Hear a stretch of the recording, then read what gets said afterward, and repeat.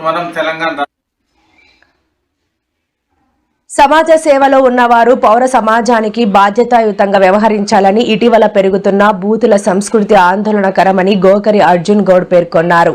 వాజ్పేయి, ఎన్టీఆర్, చంద్రబాబు నాయుడు వంటి నేతలు తమ సంస్కారవంతమైన భాషా పరిజ్ఞానంతో జాతికి వన్నె తెచ్చారని ఆయన గుర్తు చేశారు. కల్మషం లేని సమాజ నిర్మాణంలో నేతలదే కీలక పాత్ర అని, వారు మంచి ఒరవడిని కొనసాగిస్తేనే యువత సరైన మార్గంలో పయనిస్తుందని స్పష్టం చేశారు. ఇప్పుడు మనం తెలంగాణ రాష్ట్రంలోని రంగారెడ్డి జిల్లా Bandlaguda municipal jagir municipal corporation పరిధిలోని కిస్మత్పూర్లో ఉన్నాము. ప్రత్యేకించి ఇటీవలి కాలంలో సేవాభావం శ్రేయస్మూలం అనే ఒక నానుడి నేపథ్యంలోనే ఇక్కడ మనకు నిరంతరం సేవా కార్యక్రమాలు, అదే ఆధ్యాత్మికంగా కావచ్చు, విద్యాపరంగా కావచ్చు, ఈ విధంగా వివిధ కార్యక్రమాలు నిర్వహిస్తున్న నేపథ్యంలోనే ముఖ్యంగా జిఎంజి చారిటబుల్ ట్రస్ట్ వ్యవస్థాపక చైర్మన్ గారైన గోకరి అర్జున్ గారైతే మనతో ఉన్నారు. ఈ సందర్భంగా ఇటీవల కాలంలో గత కొన్ని దశాబ్దాలుగా కూడా నిర్వహిస్తున్న సేవా కార్యక్రమాల నేపథ్యంలో జిఎంజి చారిటబుల్ ట్రస్ట్ ఆధ్వర్యంలో జరుగుతున్న కార్యక్రమాలకు సంబంధించి అయితే గోకరి అర్జున్ గౌడ్ గారిని అడిగి తెలుసుకుందాం. గోకరి అర్జున్ గౌడ్ గారు చెప్పండి, మీకు నచ్చిన నాయకులు కానీ లేకపోతే రాజకీయ ఒక వ్యవస్థని ఏ విధంగా మనం విశ్లేషించుకోవచ్చు? అంటే భారతదేశంలో నచ్చిన నాయకుడు అందరికి కూడా ఇప్పుడున్న పరిస్థితులలో వాజ్పేయి గారు, తర్వాత మోడీ గారు. స్టేట్కి వచ్చే వరకు నాకు చాలా అంటే చాలా అదంటే ఎన్టీ రామారావు గారు, చంద్రబాబు నాయుడు గారు, తర్వాత దేవేందర్ గౌడ్ గారు, వీళ్ళందరూ కూడా నాకు చాలా తోటి స్పీచ్లు ఇచ్చేటోళ్ళు. ఇప్పుడు ఎక్కడ కూడా అది లేకుండా మాట్లాడడము అది ఇప్పుడు రాజకీయంగా ఉన్న నాయకులకు, నేను రాజకీయంగా ఉన్న నాయకులందరూ కూడా మన పిల్లలందరికీ కూడా వాళ్ళే ఒక ఆదర్శం. కనుక వాళ్ళ భాషా యాస బాగుండాలి, వాళ్ళు మాట్లాడే విధానం మంచిగా ఉండాలి. అదే భాష మన పిల్లలకు వస్తుంది. కనుక అది అంటే ఇప్పుడు ఇండియా మొత్తంలో కావచ్చు, ఇటు ఉమ్మడి ఆంధ్రప్రదేశ్లో కావచ్చు, అలాంటి లెజెండ్స్ ఉన్నారా ఇప్పుడు? ఇంకా కూడా ఉన్నారు. ఎందుకంటే ఇప్పుడు నేను రామ్మోహన్ నాయుడు, ఎర్రమనాయుడు గారి అబ్బాయి రామ్మోహన్ నాయుడు గారు, ఇప్పుడు కేఈ శ్యామ్, రామ్మోహన్ నాయుడు, ఇంకా చాలా మంది. ఇప్పుడు లోకేష్ గారు, మీరు అంతకుముందు చంద్రబాబు నాయుడు గారు అబ్బాయి లోకేష్ గారు, అంతకుముందు మనం ఏమనుకున్నాం, ఇప్పుడు వారు ఎట్లా ఉన్నారు. అట్లా నిజంగా చెప్పాలంటే చాలా మారాలి. మారితేనే మన లాంగ్వేజ్ మారడం వల్ల, మనం మారడం వల్ల మన పిల్లలు మారుతారు, సమాజం మారుతుంది.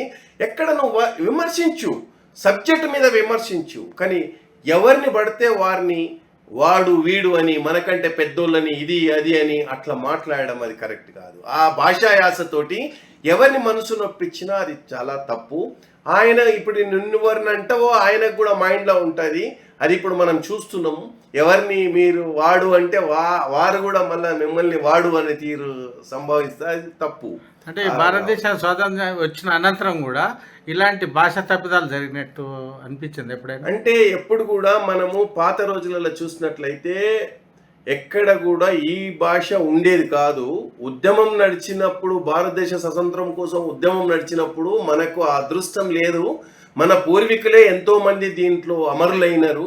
అప్పుడు కూడా వాళ్ళు సాయశక్తుల వాళ్ళు భారతదేశం కోసం, ఇప్పుడు చంద్రశేఖర్ ఆజాద్ కానీ, భగత్ సింగ్ కానీ, వీళ్ళు సుభాష్ చంద్ర బోస్ కానీ, వాళ్ళు కోటేశ్వర్లు అప్పట్లోనే. కానీ వాళ్ళు ఓన్లీ భారతదేశం కొరకే నేను పాటుపడాలి, నా భారతదేశం నా దేశం అని వాళ్ళు కష్టపడి వచ్చిండ్రు. అదేవిధంగా ప్రతి ఒక్కరు కూడా ఈరోజు మనం అబ్దుల్ కలాం గారిని తీసుకున్నట్లయితే, బాబాసాహెబ్ అంబేద్కర్ని తీసుకున్నట్లయితే, ఎవరినైనా ఇప్పుడు చాలా మందిని చూస్తే ఎట్లా ఉండాలంటే మనం వాళ్ళు చూపించిన దారిలో మనం నడవగలిగే తీరు ఉండాలి. మనం మీ ముందు నేనేం మాట్లాడుతున్నానో మీ వెనుక కూడా అది మాట్లాడగలగాలి. అది భాష. అంటే ముఖ్యంగా మీరు మెచ్చిన లీడర్లో మాకు అనిపిస్తుంది ఏంటంటే స్వర్గీయ ఎన్టీఆర్ గురించి మీరు ఏం చెప్పగలుగుతారు? స్వర్గీయ ఎన్టీఆర్ గారు నిజంగా చెప్పాలంటే మన ఆంధ్రప్రదేశ్, ఉమ్మడి ఆంధ్రప్రదేశ్లో ప్రతి విలేజ్లో ప్రతి బలహీన వర్గాల దగ్గర దాకా రాజకీయం అంటే ఏంది అని తీసుకుపోగలిగవలసింది రోజు అది మన చంద్రబాబు నాయుడు గారు, ఎన్టీ రామారావు గారు. ఆ రోజు నుంచి అక్కడి నుంచే మొదలుకుంది. బీసీలు కానివ్వండి, ప్రతి బడుగు బలహీన వర్గాలందరూ కూడా అక్కడి నుంచి ప్రతి జాగల అట్టడుగు నుంచి కూడా వాళ్ళు తీసుకొచ్చి రాజకీయాలలో అతి ఉత్తమ స్థానంలో కూర్చునబెట్టగలిగింది. చంద్రబాబు నాయుడు పీరియడ్లో బాలయోగి గారు స్పీకర్ ఉండడం అంటే ఇవన్నీ కూడా జరిగినాయి కనుక నేను అవన్నీ చూస్తే చాలా ఆనందం అనిపిస్తుంది. అంటే అట్లాంటి వ్యక్తులు ఇప్పుడు అక్కడ దాకా పోగలుగుతారా అనే రోజులను పోయి అక్కడ దాకా పోయిందంటే చాలా. ఇప్పుడు రామ్మోహన్ నాయుడు కూడా ఎంత చిన్న ఏజీ, ఆయన ఇవాళ మినిస్టర్, సెంట్రల్ మినిస్టర్ ఏంటంటే అది తెలుగుదేశం పట్టుదల. ఆ తెలుగుదేశంలో ఉన్నటువంటి అది తెలుగుదేశం ఒక యూనివర్సిటీ. ఆ యూనివర్సిటీ నుంచి వెళ్ళిన వాళ్ళందరూ కూడా మంచిగానే ఉంటారు, భాషా యాస బాగుంటుందని నేను ఆలోచిస్తాను. అంటే ముఖ్యంగా ఇది నేషనల్ లెవెల్స్ కావచ్చు, ఇంటర్నేషనల్ కావచ్చు, చంద్రబాబు నాయుడు ఆంధ్రప్రదేశ్ చీఫ్ మినిస్టర్ ఒక లెజెండరీ లీడర్ అంటుంటారు. అంటే ఆయనలో మీకు నచ్చిన ఏమన్నా క్యారెక్టర్ ఏంటి? అంటే చంద్రబాబు నాయుడు 24 hours అప్పుడు కూడా అదే చెప్పేవాడు. చంద్రబాబు నాయుడు బాగా కష్టపడే తత్వం ఉన్న వ్యక్తి. ఆయన కష్టపడము చూపించేటటువంటి వ్యక్తి, ఈ విధంగా ఉండాలని. తర్వాత ఎక్కడైనా కూడా ఇప్పుడు ఇది ఏది దాంతో సమాజంలో ఏ విధంగా బతకొచ్చు, ఏది చేస్తే బెటర్ అనేది సమాజం మొత్తంకు చెప్పేవాడు. ఆ విధంగానే నడిచింది. ఇప్పుడు రాజశేఖర రెడ్డి గారు కూడా ఉంటే బాగుంటుందని మీ ఒపీనియన్? అంటే ఎప్పుడు కూడా మనం విడిపోయినాము, కొన్ని విషయాలలో విడిపోయినాము, బాగానే ఉంది. కానీ మనం కలిసే ఉండాలి, చాలా అవసరం. ఎందుకంటే ఇంకా కూడా మనం ఒక తల్లి పిల్లల్లాగానే, సరే వేరైపోయినాం వేరు, కానీ ఒక తల్లి పిల్లల్లాగానే మనం అదే విధంగా అదే ప్రేమ భావంతో కలిసి ఉండాలి. ఇంకా ముందు కూడా అదే జరుగుతుండాలి. ఓకే, ధన్యవాదాలు అర్జున్ గౌడ్ గారు. Thank you.